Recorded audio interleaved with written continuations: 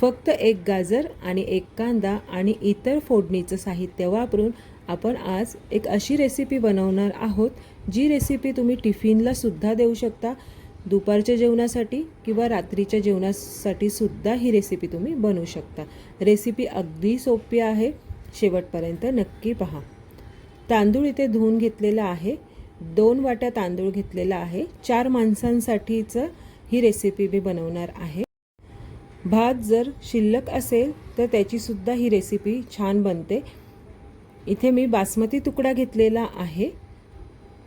तुम्ही कुठलाही प्रकारचा तांदूळ किंवा भात वापरला तरीही चालेल, रेसिपी अप्रतिमच होते। आता आवश्यकतेनुसार पाणी, त्यानंतर चवीनुसार मीठ आणि थोडंसं तेल घालून कुकरला भात मी लावून घेत आहे। फक्त गाजर आणि कांदा वापरून ही रेसिपी एवढी अप्रतिम कशी होते याचा सिक्रेट मी तुम्हाला पुढे सांगते। आता एक गाजर घेतलेला आहे, एक कांदा घेतलेला आहे, लसूण आणि आलं एवढंच साहित्य आपल्याला इथे लागतं।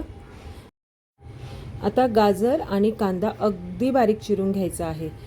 गाजर किसून घेतलं तरीही चालेल, अशा पद्धतीने मी गाजर अगदी बारीक करून घेतलेला आहे।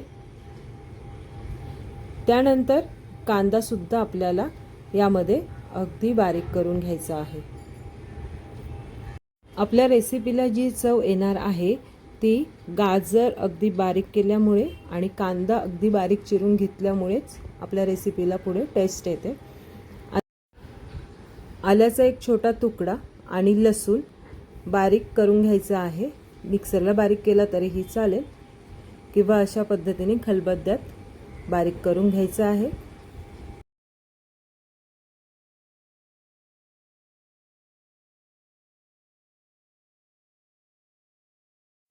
त्यानंतर कढीपत्ता इथे मी थोडा चिरून घेत आहे, कारण याची पाने सुद्धा मोठी होती म्हणून।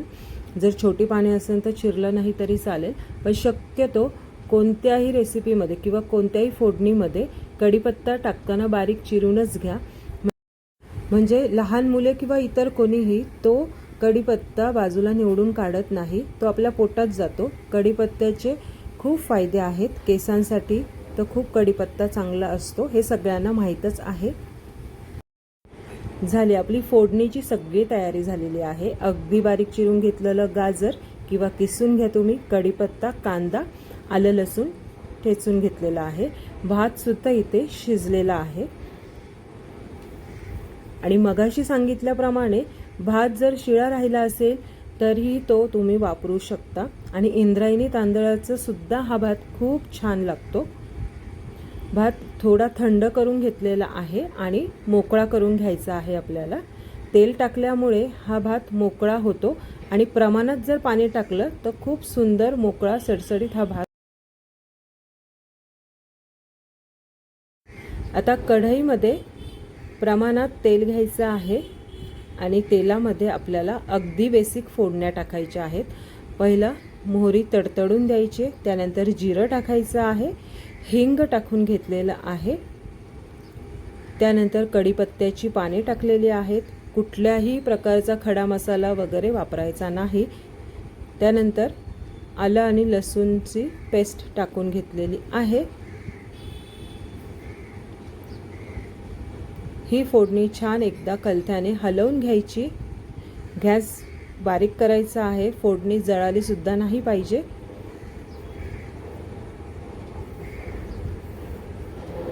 आणि आता यामध्ये अगदी बारीक चिरून घेतलेला कांदा घालून घेतलेला आहे, तोही थोडा परतून घ्यायचा। आणि तुम्हाला वाटलं असेल समजा आपण वाटाणा टाकला किंवा इतर भाज्या पण टाकू शकतो का, पण टाकू शकतो, पण बराच वेळा काय होतं वाटाणा अवेलेबल नसतो घरामध्ये, गाजर आपण घरामध्ये ठेवतोच, तरी सुद्धा हा भात अगदी छानच होतो। म्हणजे अगदी कमी साहित्यामध्ये एखादा पदार्थ किती छान होऊ शकतो हे तुम्हाला आज मी सांगणार आहे। आणि याची फक्त खास ट्रिक काय आहे, जे गाजर आहे ते अगदी बारीक चिरायचं किंवा किसून घ्यायचं, त्याची चव ह्या भाताला अप्रतिम येते। मुलं खूप आवडीने खातात, एकदा नक्की करून पहा। हा भात मी नेहमी करते मुलांसाठी माझ्या, माझी मुलं ही खूप आवडीने खातात. आठवड्यातून एकदा तरी हा भात माझ्याकडे बनवलाच जातो. त्यानंतर थोडंसं मीठ घालायचं आहे गाजरचा आणि कांद्याचा कच्चेपणा जाण्यासाठी आणि फक्त 2 मिनिटासाठी किंवा 1 मिनिटासाठी झाकण ठेवायचे. थोडंसं गाजर शिजलं जातं किंवा त्याचा कच्चेपणा निघून जातो. त्यानंतर हळद घालून घेतलेली आहे, लाल तिखट घालून घेतलेलं आहे, चवीनुसार लाल तिखट घाला, थोडीशी धने पावडर आणि थोडंसं जिरे पावडर घालून घ्यायचं. आता ही सगळी फोडणी छान मिक्स करून घ्यायची. तुम्ही रंग पाहू शकता किती सुंदर आलेला आहे. आणि फोडणीला घातलेलं साहित्य कांदा किंवा गाजर किंवा काहीही तुम्ही टाकलं तर ते छान तेलामध्ये परतून घेतलं तर असा रंगसुद्धा येतो आणि आपल्या कोणत्याही रेसिपीला अप्रतिम चव येते. छान परतलं गेलं पाहिजे. आणि हवं असेल तर टोमॅटो घाला, नसेल तरीही चालेल. छोटं टोमॅटो होतं माझ्याकडे, तो मी कापून घेतला आणि त्यामध्ये टाकलेला आहे. आता हा शिजवलेला भात आपण या फोडणीमध्ये घालून घेतोय. टिफिनसाठी सकाळी खूपच गडबड असेल किंवा दुपारी वेगळं काहीतरी भाताचा प्रकार बनवायचा असेल किंवा रात्री बनवायचा असेल, अगदी अचानक कोणी पाहुणे आले तर त्यांच्यासाठी सुद्धा तुम्ही हा पदार्थ अगदी झटपट बनवू शकता. आता थोडंसं वरती तेल घालून घेतलेलं आहे आणि कोथिंबीर टाकून घ्यायची आणि अगदी थोडंसं मीठ घालून घ्यायचं आहे, कारण आपण फोडणीला सुद्धा थोडंसं मीठ घातलं होतं आणि भात शिजवताना सुद्धा मीठ घातलंय. तर चवीनुसार थोडंसं मीठ घाला आणि अगदी 2-3 दाणे साखरेचे टाका. इथे त्याची शूटिंग काढायला मी विसरलेले आहे, पण 2-3 दाणे साखरेचे नक्की घाला. आणि हवं असेल लिंबाचे 2-3 थेंबही टाकू शकता, पण टिफिनला द्यायचं असेल तर नका टाकू, खराब होऊ शकतो भात. पण दुपारच्या लंचसाठी डिनरसाठी बनवत असाल तर लिंबू नक्कीच पिळा, खूप सुंदर अप्रतिम लागतो. छान भात आपल्याला एकजीव करून घ्यायचा आहे. आणि तुम्ही पाहू शकता फक्त एवढ्याशा फोडणीमध्ये याला कलर किती सुंदर आलेला आहे आणि चव खरंच खूप छान लागते. तुम्ही एकदा ट्राय करा आणि तुमचा अभिप्राय किंवा तुमचा रिप्लाय मला नक्की सांगा, कमेंटमध्ये नक्की कळवा. आता 2 ते 3 मिनिटासाठी झाकण ठेवलेलं आहे.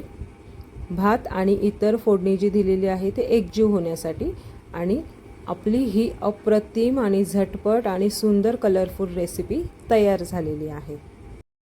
रेसिपी शेवटपर्यंत पाहिल्याबद्दल तुमच्या सर्वांचे खूप खूप धन्यवाद. अशा छान छान रेसिपी पाहण्यासाठी स्वराज किचनला नक्की सबस्क्राईब करा. व्हिडिओ आवडला असेल तर लाईक आणि शेअर करायला अजिबात विसरू नका. आणि सर्वात महत्त्वाचं म्हणजे हेल्दी खा आणि हेल्दी रहा.